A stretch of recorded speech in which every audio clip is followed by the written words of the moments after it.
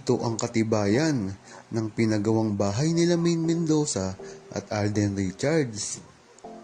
Marahil isa nga ito sa resibo na ayaw marinig ng mga Armin at ang mga bumabatikos kay Maine at Alden. Ito ang ipagawa nila ang kanilang conjugal na bahay sa QC.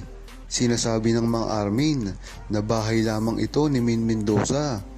Hindi dito kahati si Alden Richards. Ngunit binara naman sila ng mismong gumawa nito. Ito ang sabi, may project pala kaming pag-aari ni na Alden Richards at Maine Mendoza. Yan nga ang sinabi ng isa sa mga gumawa. Ito ay noong 2018 pa. Kaya talaga namang nagpapatunay ito sa naging relasyon nila dati pa man. Pagpapatuloy pa ni Mila, tawa ko sa mga sarsuelista. December 2018 pa ginagawa na ang bahay ni Maine at Alden sa QC. Tapos sasabihin nila ginagawa pa rin ng December 2021. EDSA nga hindi inabot ng 2 years para magawa yan pang bahay ni Maine. Nagpa-blessing December 8, 2020.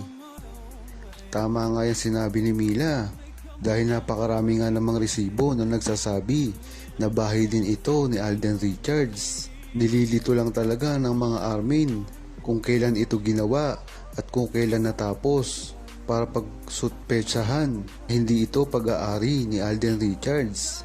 Pero hindi naman sila sineswerte dahil alam ng mga Aldab Nation ang buong pangyayaring ito dahil mismo sa mga resibo na lumalabas.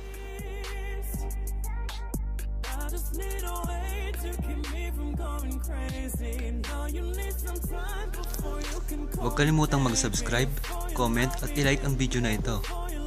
Thanks for watching!